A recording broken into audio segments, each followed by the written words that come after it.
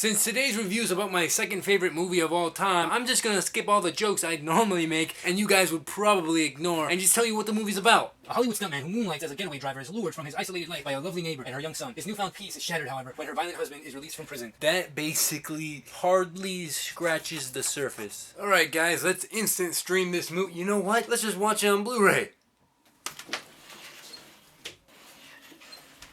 So obviously Drive is a great movie. This movie is a mixture between No Country for Old Men with like a hint of Fast and the Furious and Transporter.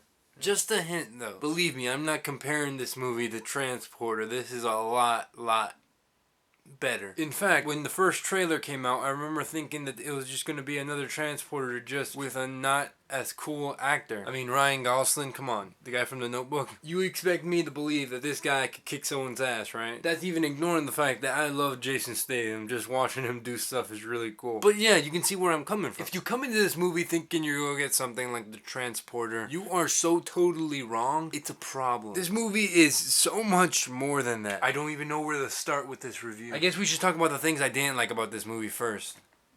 Yeah. That's about right. Now that we got that out of the way, let's talk about the things I loved about the movie. This movie just oozes style. Ryan Gosling, you can't wear Saturday Night Fever clothes. I can do whatever I want.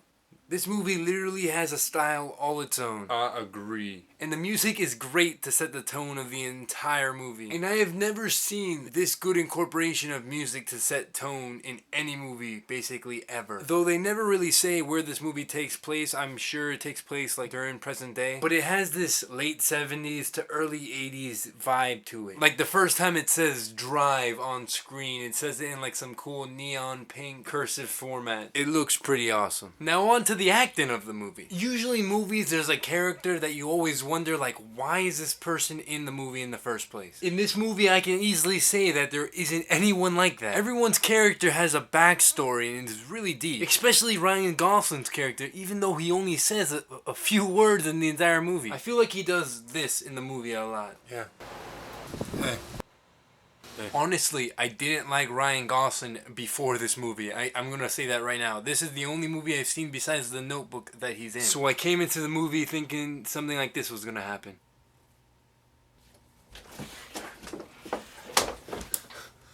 Ryan Gosling? Why didn't you give us backup? It wasn't over for me. I waited 7 minutes for you. And now it's too late. I did. I wrote you 365 letters. I wrote you every day for a year. Letters?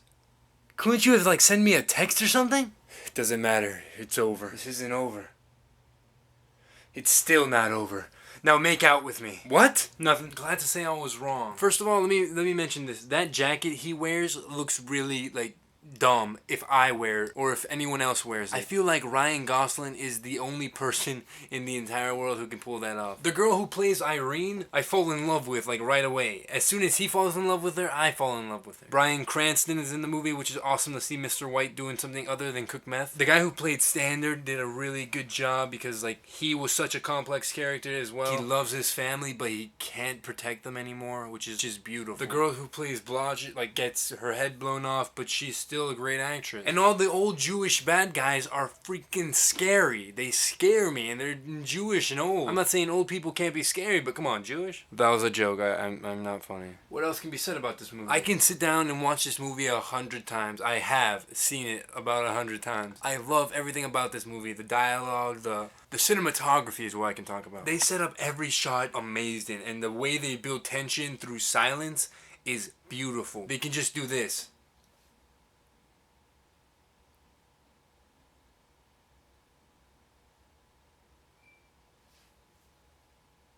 Notice how that tension just built. They do that a lot in this movie.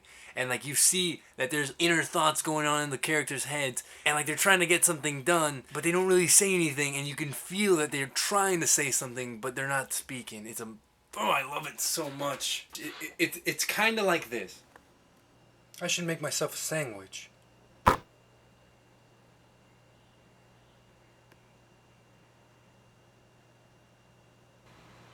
I guess I'll stay in today.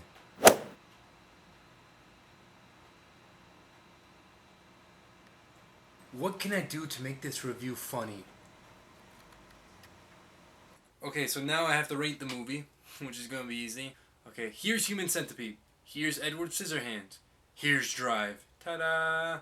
Drive is the winner so far. Hope you guys enjoyed my movie review. If you like more, if you want more, watch more, I guess. And if you want to see a parody of Drive, it's coming out next week. So just stay tuned for that. Alright, peace. Love you.